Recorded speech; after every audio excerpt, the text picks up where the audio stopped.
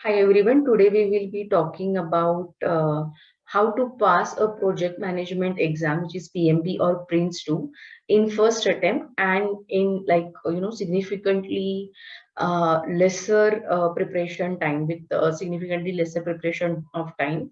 Now, who am I to talk about it? I'm megmunj and I have around 17 years of experience and I am PMP certified professional. I had appeared for PMP certification in around January 2016. After that, I did many certifications.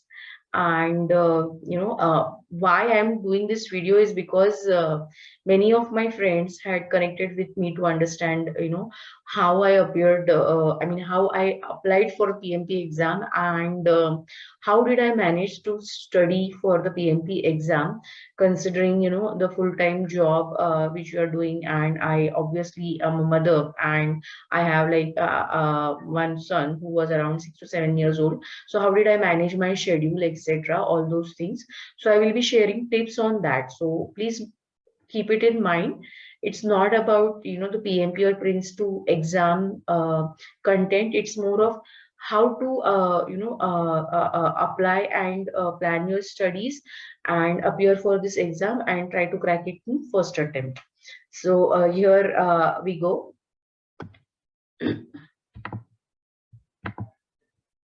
Now, first of all, let us understand the two certifications which we are talking of for project management.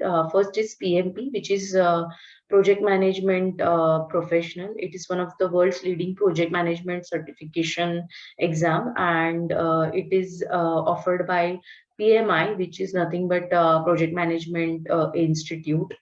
And Project Management Institute is a US-based non-profit organization which works in area of project management. Now, who will be applying for PMP? So, as you know, PMI is a US-based non-profit organization. So, mostly projects which are based in North America, US, Canada, or American continent, they will be following PMI standards. So if you are working for any organization which is based in this geography, or or a client which is based in this geography, definitely they will be preferring a PMP certified professional. Next comes PRINCE2. Now, what is PRINCE2? It is Projects in Controlled Environment. Again, it is one of the structured project management program and certification which is available in project management area. It was developed by UK government for standards in information systems projects.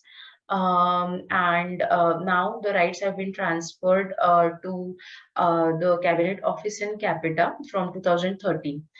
Now, again, because it was developed in UK, it primarily caters to the project requirements which are based in the European continent. So if you are working in a European region or a Europe-based project or a client, they will definitely prefer PRINCE2 certification.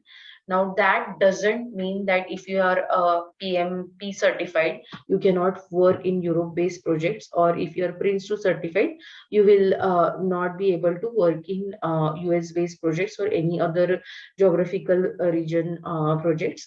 It is usually the preference which is given by the employers for these certifications. This is what we have seen. Now, it is not a thumb rule. Again, both these certifications are, by and large about how the projects are managed and what are the best practices, etc. So, it doesn't have to be a hard and fast rule that you have to be a particular certified person only to work in a certain geographic project. Now, what these exams are expecting? Now, these are the two requirements for PMP. Because I give PMP, I can talk about it more. What they are expecting is either you have a 4 years degree, or else you have a high school diploma or an associate degree or some equivalent degree. So, if you have a 4 years degree, they are expecting 36 months of leading a project. Now, what does this mean? Which means you should be either a project manager, project lead, or some senior consultant who has been working in a sound, good size project for at least 36 months. And if you are a high school diploma or associate degree, then it is 60 months requirement. Both of these options, one thing is mandatory, which is 35 hours of project management education or training, or a certified associate in project management certification. Now, we are not going to discuss more about this 35 hours of project management education training in this video again. What we will be discussing is how to plan and schedule your studies and try to achieve the goal.